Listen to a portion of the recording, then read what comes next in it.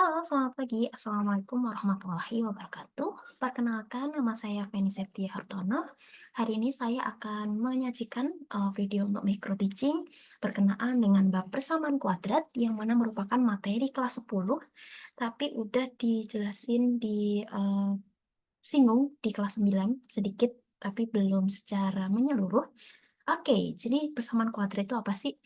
Dia itu adalah persamaan yang mana memiliki suku banyak dan jumlah maksimalnya itu adalah pangkat 2. Contohnya kayak gini nih, bentuk umum dari persamaan kuadrat itu adalah AX kuadrat ditambah BX ditambah C, di mana nanti kita itu disuruh nyari solusi akar kuadratnya, X1 sama X2, kayak gitu.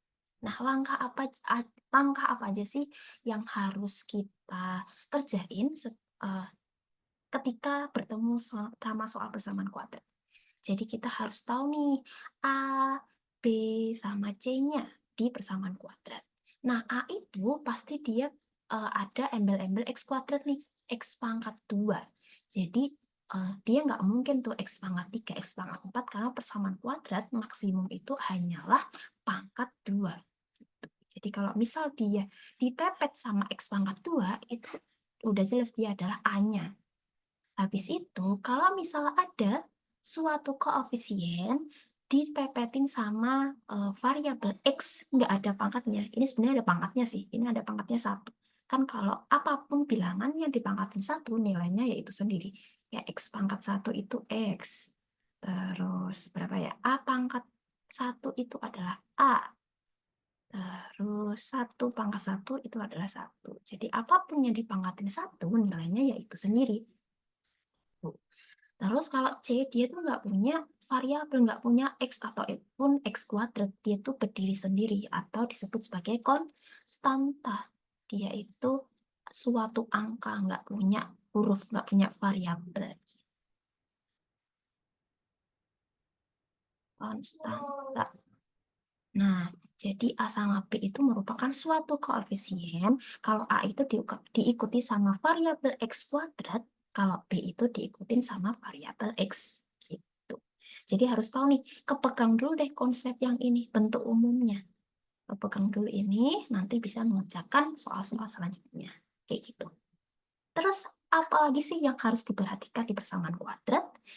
Ini ada 4 rumus yang harus luar kepala sih untuk mengerjain persamaan kuadrat. 1, 2, 3, sama 4. Kita ke 1 dulu nih. Jadi 1 itu adalah X1 ditambah X2 itu sama dengan min B per A. Jadi untuk apa sih sebenarnya ini? Jadi kan konsep persamaan kuadrat itu kita tuh mau nyari X1 sama X2-nya. Di soal apapun kita selalu nyari X1 sama X2-nya. Cuma diputer, dibulak-balik aja dia nanti di konsep soalnya. Nah, berhubung X1 sama X2-nya itu eh, belum diketahui, tapi kita tuh bisa nyari tuh X1 tambah X2 tuh berapa dengan cara memasukkan min B per A. B per A-nya dari mana? Dari bentuk umum tadi. B itu berarti yang diikutin sama X, A itu yang diikutin sama X kuadrat gitu. Jadi misal B-nya adalah min 1 gitu. Di rumus itu udah ada min nih dari awal. Berarti ya tinggal dimasukin nih, min. Habis itu B-nya misal min 1 gitu ya. Min 1, terus A-nya adalah 2. Nah, min ketemu min kan jadi jawabannya plus tuh. Jadi 1/2. Gitu deh. Nah, sekarang kita ke konsep nomor 2. Itu adalah ketika akar persamaannya itu dikali X1 dikali X2 itu sama dengan C per A. Tinggal masukin hal yang sama sih kayak yang tadi. Masukin hal yang sama, tinggal C-nya dimasukin, A-nya dimasukin. Sama persis kayak yang nomor 1. Sekarang kita ke yang ketiga nih. Ketika akarnya dikuadratin gimana?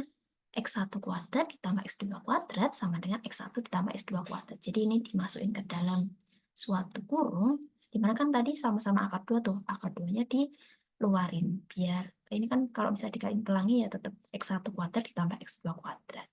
Nah, sama aja pakai 2X1 kali X2. Nah, X1 sama X2 ini tadi kan kita bisa cari dengan poin yang nomor 2.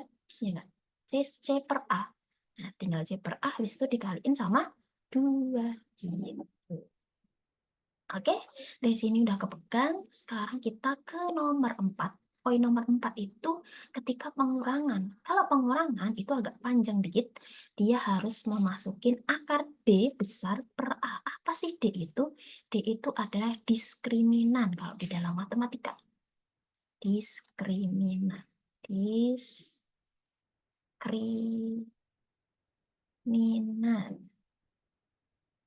Oke, apa rumus diskriminan? Rumus diskriminan itu adalah B kuadrat min 4AC. Gitu, berarti dimasukin tuh B-nya tadi dikuadratin, habis itu min 4A-nya dimasukin, C-nya juga dimasukin, tinggal dikaliin. Gitu. Nanti kita coba di soal aja biar lebih tahu, lebih jelas mengenai apa sih itu tuh diskriminan. Oke, sekarang ke ini. Kalau misal kebalikan nih, jadi di X1 sama X2 kan kita tadi kepegangan, kita tuh mau nyari X1 sama X2. Nah, kebalikan dari X1 sama X2 itu apa? Kebalikan dari X1 itu adalah 1 X1. Kebalikan dari X2 adalah 1 X2. Kebayangkan kalau misal kebalikan dari 2 itu adalah 1/2, kebalikan dari 4 itu adalah 1/4. Kalau misal diwujudin dalam angka itu kayak gitu. Jadiin pecahan 1. Oke? Nah, sekarang kalau misal dia ini berlawanan. Jadi kalau misal berlawanan itu dia adalah lawannya, opposite-nya. Kalau misal X1 itu ya sama dengan min X1, dikasih min doang. Kalau misal min X1 kebalik lawannya apa X1. Jadi tinggal dibolak-balik nih. Sifatnya reverse. Gitu. X2 lawannya adalah min X2. Begitupun kalau misal lawannya min X2 berarti X2. Gitu deh. Nah, yang penting ini kepegang dulu nih. Yang 1, 2, 3, 4 sama bentuk umumnya. Yang itu kepegang dulu. Nah, lanjut kita ke rumus yang sebelah sini nih yang agak panjang nih. Ini rumus apa sih? Ini namanya rumus ABC. Nah, untuk apa? Jadi, ada beberapa soal yang ketika kita pakai yang ini, itu kita nggak ketemu tuh X1 sama X2-nya. Maka perlu dicari pakai yang rumus ABC. X1, X2 adalah min B plus minus B kuadrat min 4AC diakarin per 2A. Nah, plus minus di sini apa? Karena kita mau nyari X1 sama X2-nya barengan, jadi kita ini nanti salah satu X-nya pakai min, salah satu X-nya juga pakai min. Plus sama min. Jadi X1 pakai plus, X2 pakai min. Bisa dibulak-balik sih X1 sama X2-nya. Oke, sekarang kita ke latihan soal aja supaya lebih paham apa sih konsep-konsep yang tadi gitu. Oke, kita ketemu soal X kuadrat min 6X ditambah 8X sama dengan 0. Nah, kalau udah ketemu soal kayak gini, kita harus langkah pertama kita harus bedah dulu nih. A, B sama C-nya tuh yang mana? Oke, kita bedah dulu. A-nya nanti sama dengan berapa? B-nya sama dengan berapa? C-nya sama dengan berapa? Oke, tadi A itu selalu punya X kuadrat. Dia dipepet sama X kuadrat. Nah, ini yang dipepet sama X kuadrat berapa sih? Oh, nggak ada angkanya, Kak. Nah, kalau nggak ada angkanya di sini, itu tandanya adalah 1. Kenapa 1? Karena angka apapun atau huruf apapun dikaliin 1, ya bilangan itu sendiri. 1 dikali X kuadrat kan X kuadrat tuh. Kayak 1 kali 2 itu juga 2. Berarti di sini A-nya adalah 1. Habis itu B-nya berapa? B-nya tadi yang diikutin sama X, Kak. X doang, nggak pakai pangkat 2. Nah, X2-nya yang ini nih. Min 6. Kenapa minnya harus ikut? Ya harus ikut. Kalau misal tadi kan dibentuk umumnya karena plus tuh, berarti dia B doang. Jadi tanda yang di depan angkanya itu pasti ikut. Min atau plusnya pasti ikut. Kalau plus ya nggak usah ditulis plus 6 gitu. 6 gitu doang. Kalau min, berarti tulis min 6. Nah, sekarang yang C-nya itu adalah suatu konstanta. Dia nggak punya embel-embel X kan tadi. Tulis aja, berarti 8, karena di situ adalah plus 8. Oke? Dari sini paham? Nah, sekarang kita coba nih, gimana sih cara nyarinya? Cara simpelnya itu, dulu di kelas 5 sama 6, itu pernah ingat nggak? Suruh nyari faktor dari suatu angka.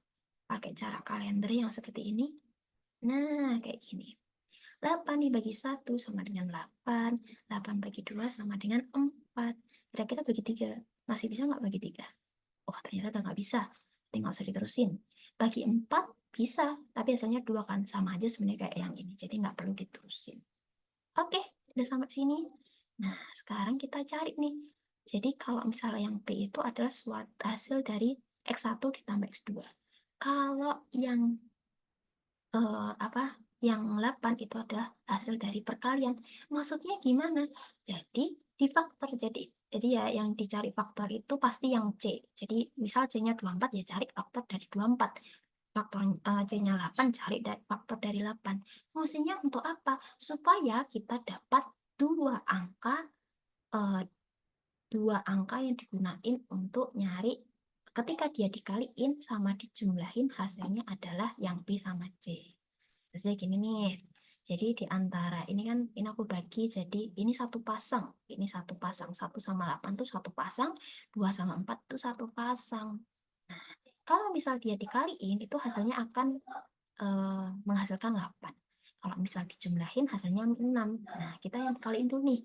1 kali 8, 8 bener kok. 2 kali 4, 8 bener kok. Oke, berarti dua-duanya masih konsisten, bener. Sekarang ketika dijumlahin hasilnya min 6. Bisa nggak 1 sama 8 dijumlahin hasilnya 6, min 6? Nggak bisa.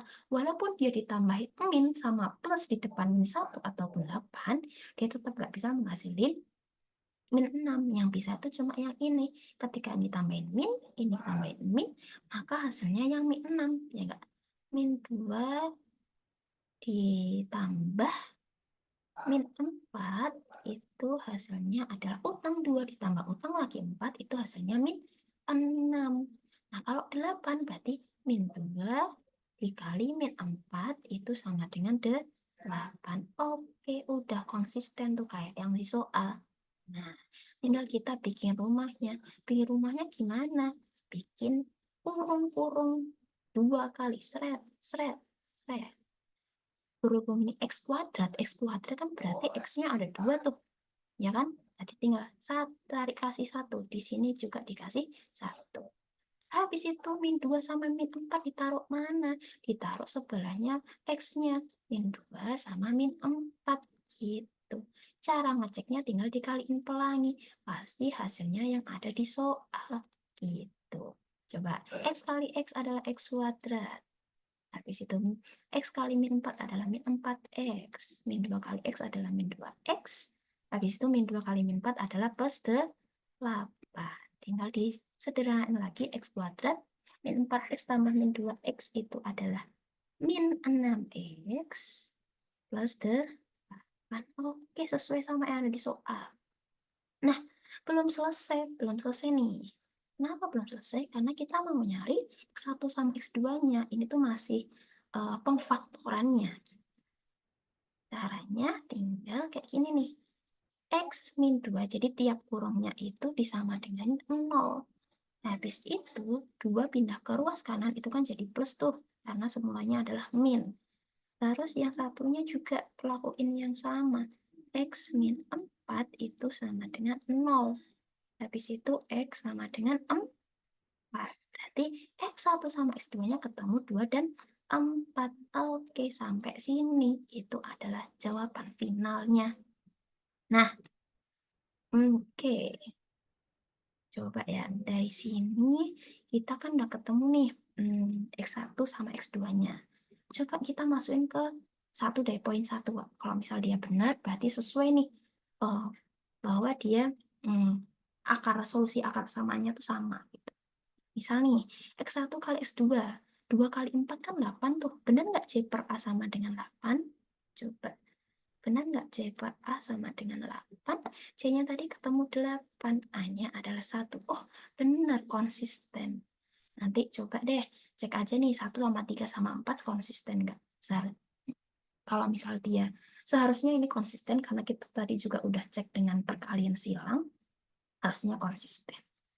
Nah, kapan kita menggunakan rumus APC? Jadi sebenarnya rumus APC itu boleh dipakai ketika hal apapun gitu. Jadi rumus APC itu cuman ngasih solusi ketika dia nggak bisa ditarik faktornya. Kayak gitu. Coba ya, dengan cara yang sama, dengan pakai rumus ABC, dengan soal yang sama kita akan ketemu X1 sama X2-nya adalah 2 dan 4. Coba. Nah, nih. Kita pakai rumus ABC. Tadi udah ketemu A-nya adalah 1. Ingat, yang pertama kita harus cari ABC-nya dulu. B-nya adalah -6. C-nya adalah 8. Oke, dari sini udah ketemu. Habis itu dimasukin ke rumus. Masukin ke rumus aja ya. Min B, min 6 gitu kan. Minnya udah ada di rumus nih. Jadi kita harus masukin minnya juga. Karena B-nya min 6 ya tetap masukin aja sesuai apa yang ada gitu. Jangan dirubah-rubah. Plus minus tetap tulis plus minus. Habis itu akar B kuadrat min 6 kuadrat. Habis itu min 4. A-nya adalah 1, J-nya adalah 8. Per 2 dikali A, 2 dikali 1. Min ketemu min, dia jadi plus. Ya nggak? Jadi plus dong, ini. Nah, habis itu plus minus. Min 6 kuadrat itu adalah 36. 4 kali 8, min 32. Habis itu 2 kali 1 adalah 2. 6 plus minus 4 per 2. Oke, terus kita selesaiin sampai paling ujung. Plus minus akar dari 4 adalah 2. Karena 2 kali 2 kan sama dengan 4. Oke, plus minus. Kenapa plus minus? Karena kita mau nyari X1 sama X2-nya secara bersamaan nih. Nah, kalau udah ketemu kayak gini, kita pisah nih. X1-nya kita pakai plus. Sebenarnya boleh ketukar juga nggak apa-apa. Kamu pakai X1-nya min juga nggak apa-apa. Nggak ada aturan di situ. X6 ditambah 2 per 2. Habis itu minusnya taruh yang X2-nya nih. Nah, kayak gini. 6 tambah 2 dibagi 2 itu sama dengan 8 bagi 2, 4. Iya kan? Habis itu yang ini 4 dibagi 2 sama dengan 2. Ketemu 4 sama 2. Yang tadi kan 2 sama 4. Nah, cara nentuin mana X1 sama X2, biasanya itu di dalam soal itu diketahui nih. Misal X1 lebih besar dari X2.